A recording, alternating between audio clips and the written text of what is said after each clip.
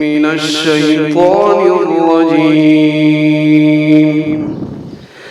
بسم الله الرحمن الرحيم. الحمد لله فاطر السماوات والأرض جاعل الملائكة رسلا أولي أجنحة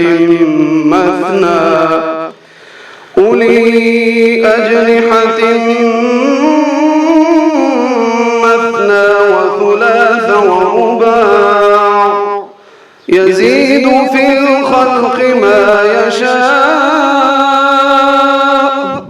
إن الله على كل شيء قدير. ما يفتح الله للناس من رحمة فلا ممسك لها وما يمسك فلا مرسل له من بعده وهو العزيز الحكيم.